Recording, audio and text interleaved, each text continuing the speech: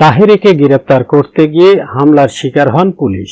ব্রাহ্মণবাড়িয়ার বিজয়নগরে একটি মামলার আসামি হিসেবে আলোচিত ইসলামী বক্তা মুফতি গিয়াসউদ্দিন তাহেরীকে গ্রেপ্তার করতে গিয়ে তার সমর্থকদের হামলার শিকার হয়েছেন পুলিশ সদস্যরা। শনিবার রাত 10:30টার দিকে উপজেলার চর ইসলামপুর ইউনিয়নের নাজিরাবাড়ি এলাকায় এ ঘটনা ঘটে। হামলাকারীরা পুলিশের 3টি গাড়িও ভাঙচুর করে। এ ঘটনায় তাহেরীর 6 সমর্থককে আটক করেছে পুলিশ। বিজয়নগর থানার ভারপ্রাপ্ত কর্মকর্তা ওসি রওশন আলী জানান, পুলিশের উপর হামলার ঘটনায় সম্প্রতি আখাউড়া থানায় তাহেরীর বিরুদ্ধে মামলা হয়েছে।